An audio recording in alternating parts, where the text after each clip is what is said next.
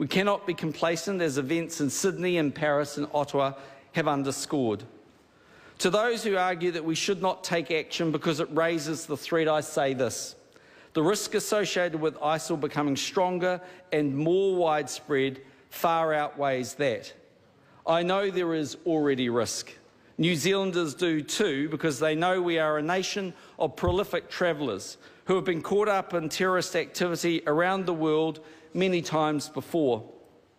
Mr. Speaker, the government has carefully considered our contribution to the international campaign against ISIL. We are prepared to step up to help. New Zealand does not take its commitment to Iraq lightly. In return, we expect that the Iraqi government will make good on its commitment to an inclusive government that treats all Iraqi citizens with respect. Sending our forces to Iraq is not an easy decision, but, Mr. Speaker, without doubt, it is the right decision. They go with our best wishes. Mr. Speaker. Andrew Little. We should not send troops to Iraq. There is no case to do so. We've all seen the images coming out of Iraq, the images from Islamic State, their barbarism, their brutality, their evil, and there wouldn't be a New Zealander sitting in their homes who've seen those images, whose stomachs would not have been turned and who would not have been impressed upon in a very nasty way by what they have seen. But we just do nothing. But let's be clear about what we're dealing with. They call themselves Islamic State, but they are not a state. They want to establish a caliphate, a medieval form of social organisation and control. But they are not within a single border. They run across borders. They are cultural, they are ethnic, they are religious, and they are driven by a number of different motivations. They are not a nation state in the way that we typically recognise. They are a grouping, an organisation, a movement, and they draw their support accordingly. Islamic State is not confined to Iraq. It's in Syria, it's in Libya, and as we know, and as the Prime Minister acknowledged, its adherents can turn up anywhere in the world.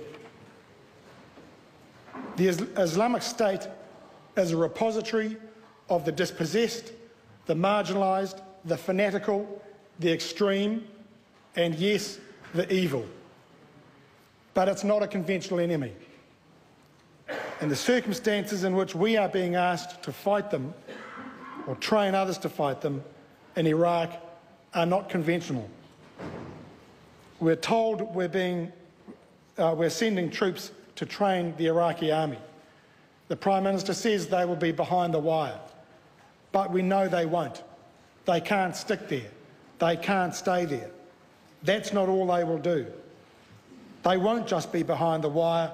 They will be exposed to the much wider conflict, and it won't just be the soldiers we send to Iraq. It will be Kiwis travelling around the world.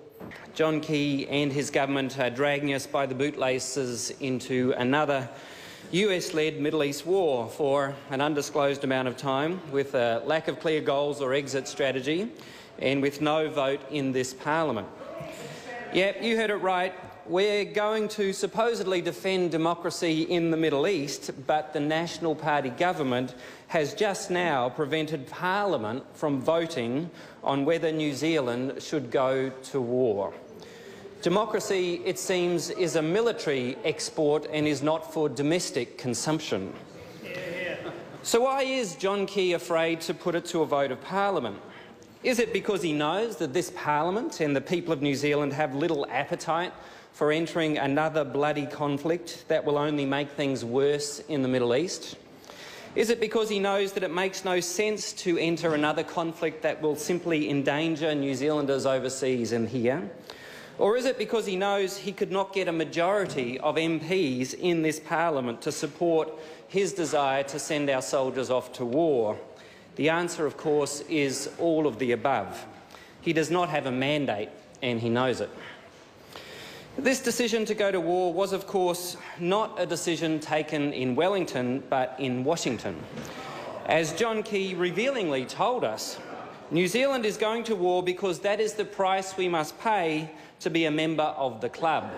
And the club which he was referring to was the Five Eyes Club, headed up by the United States, including Australia, Canada and the United Kingdom.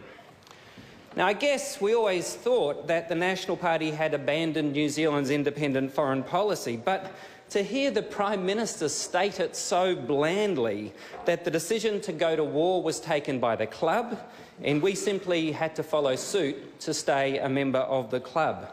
I mean, why bother with Parliament when the decision is one for Barack Obama? I know that most of the people in the Middle East want to enter the war. They say they're sick of the war, but sooner or later, the Middle East has got to own up to its own problem and start fixing up its own neighbourhood. We've been to countless wars. We were there against the United States twice, 2 years before they ever came along in the First and Second World War. So what is the price of belonging to the club that we should pay? If anything, we are the prefects in that club, given our record of international responsibility. But you've got to stand up for your country. This business of nod, nod, wink, wink, or as I saw with some of the old countries where they got the view, well, don't worry about New Zealand, we'll talk to them. And then you get an office for a Prime Minister whose training is at Merrill Lynch and he thinks that's the way you do international relations. Well, there's always a day of reckoning for that sort of behaviour, and it's coming soon. And I hope, Prime Minister, that he and his colleagues will have the decency to own up to the fact that they will have made a massive blunder here again. Now, rumour and speculation and twisted facts are being used by all sorts of people, and you would have heard from the Prime Minister's speech and his face switch after the election that all of a sudden he was horrified by all the atrocities. Already? Well, what about Boko Haram? Not a murmur, not a mutter, not a syllable, not a sound of concern at all. No, not a peep, nothing at all. In fact, some of them just flashing through their phones, reading the latest news on stuff. Look at the latest polls to see how it might affect them. Stephen Joyce being the principal one here. He's so concerned about this country going to war that he can't even be bothered engaged in a debate. Now, this is a tragedy. Now that the decision has been made, and despite our views, from the Māori Party's perspective, I'm sure from the House, we do wish our forces well, those who are deployed overseas. They will make us proud. We pray that they will be looked after and returned home safely to their friends, to their partners and to their tamariki. Te matauenga. Kia kaha. Most people value democratic institutions. Most people value representative government and the opportunity to participate. They do not like having things imposed upon them. And what our challenge is in this instance is to ensure that the people of Iraq can take control of their own destiny. The people of Iraq have the confidence and the authority to deal with these violent, despicable people in ISIL. The people of Iraq know that that is wrong, unacceptable and unbelievably bad behaviour, and they take charge of responding to it. They do not react well to the people of the rest of the world telling them what they have to do. And, Mr. Speaker, I think New Zealand is making a sad mistake, but I just want to say one other very quick thing. Those troops that go do go with this Parliament's blessing for their safety and for the challenge that they face, and I hope that they come back safely in due course. I believe that the Prime Minister's position, as stated this afternoon, is the correct one.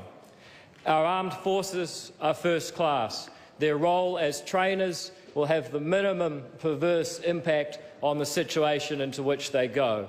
If there is an armed force that has the sense of diplomatic intervention to actually make a peaceful difference in such a theatre, then I firmly believe it is ours. And those troops go with the blessing of this Parliament for their safety and against all of the challenges that they will face. Thank you, Mr. Speaker.